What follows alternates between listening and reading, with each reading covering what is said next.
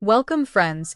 Today we are going to talk about one of the most collected and discussed coins from the United States, the 1968 Washington quarter, without a mint mark.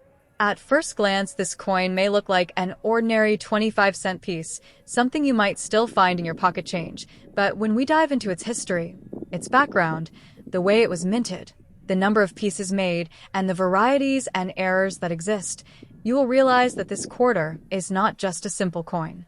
It carries with it a whole chapter of American coinage history.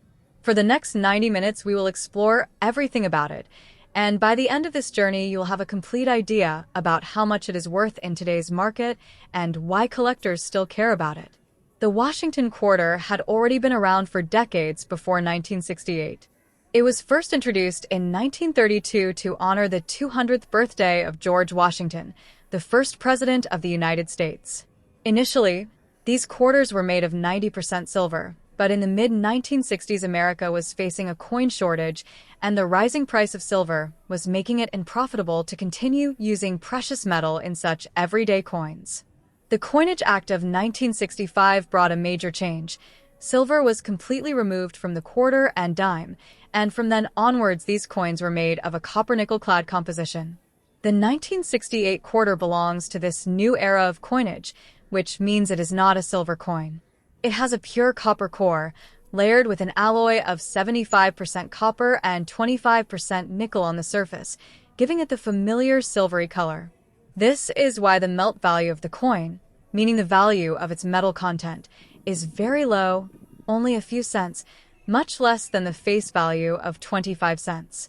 Now, let us talk about the mint marks. A mint mark is a small letter on a coin that tells us which mint facility struck that coin. Denver coins have a D, San Francisco proof coins have an S, and later Philadelphia coins carry a P. However, in 1968, Philadelphia still did not use the letter P as a mint mark on quarters. That started in 1980.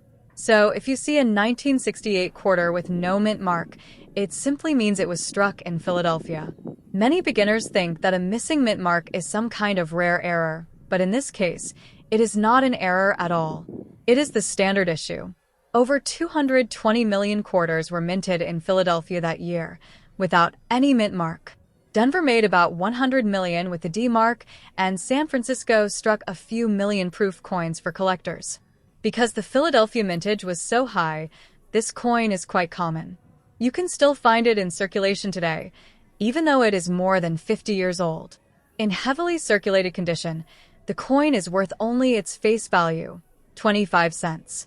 Even in slightly better grades such as fine or very fine, the price usually stays around $1. In extremely fine condition, it may reach $2. When you move into uncirculated condition, which means the coin has never been used in circulation and still shows its original mint luster, the value can be higher. A Mint State 60 grade coin may bring $3 to $5. Mint State 63 could be around $10. Mint State 65 perhaps $20 to $30.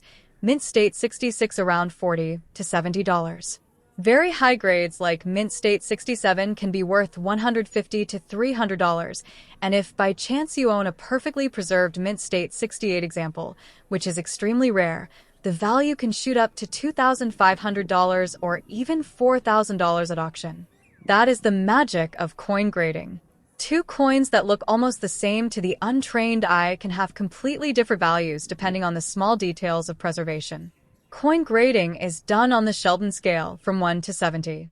Coins in the lower grades are worn, the details are faded, and the surfaces are dull. As you move higher up the scale, the details become sharper, the luster more brilliant, and the overall eye appeal much better. Professional grading services such as PCGS and NGC evaluate coins and assign them official grades, sealing them in holders that guarantee authenticity and condition. Collectors pay a premium for coins in these slabs because they can trust the grade. So, if you have a 1968 quarter without a mint mark and you think it might be in mint state, consider sending it for grading. If it comes back as a 67 or 68, you may be holding a valuable piece. But that is not all. Error coins and varieties can add another layer of excitement.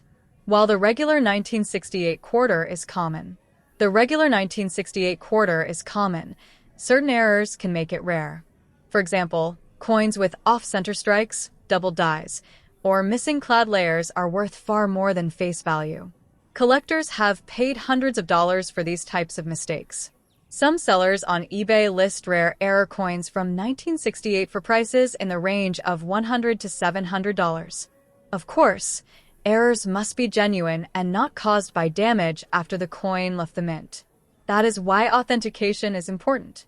But still, error collecting is a fascinating branch of numismatics, and the 1968 quarter has its share of interesting examples. Let us also consider proof coins. In 1968, the San Francisco Mint struck proof quarters for collectors. Proof coins are made with a special process, using polished dies and planchets to create mirror-like fields and frosted designs. These coins were sold directly to collectors in proof sets and were never intended for circulation.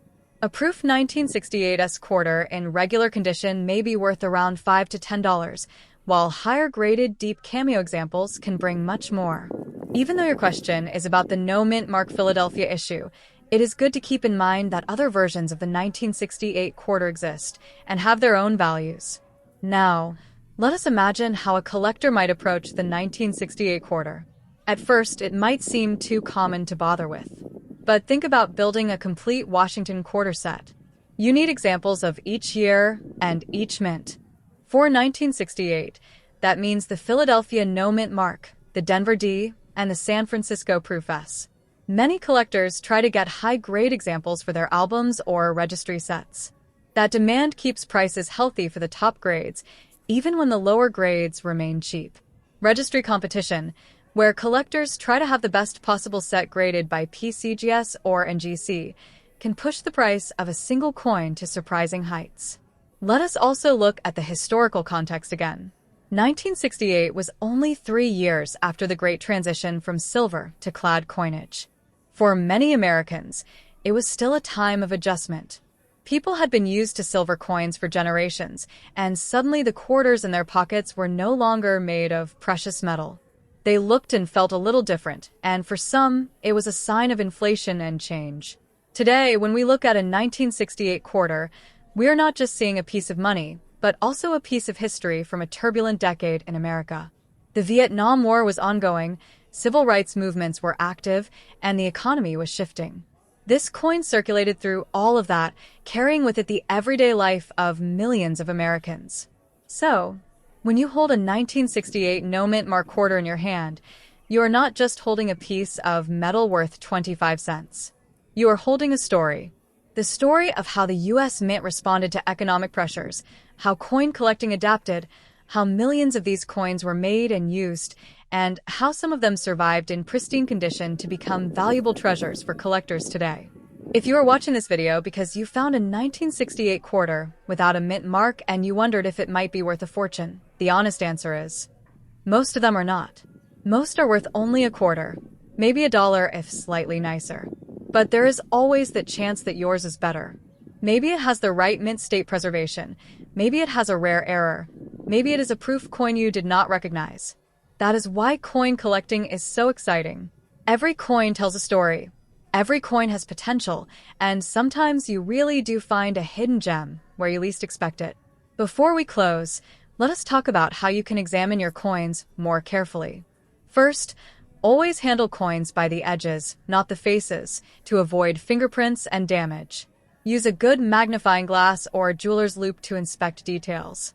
Check the date, the mint mark, and look for unusual features.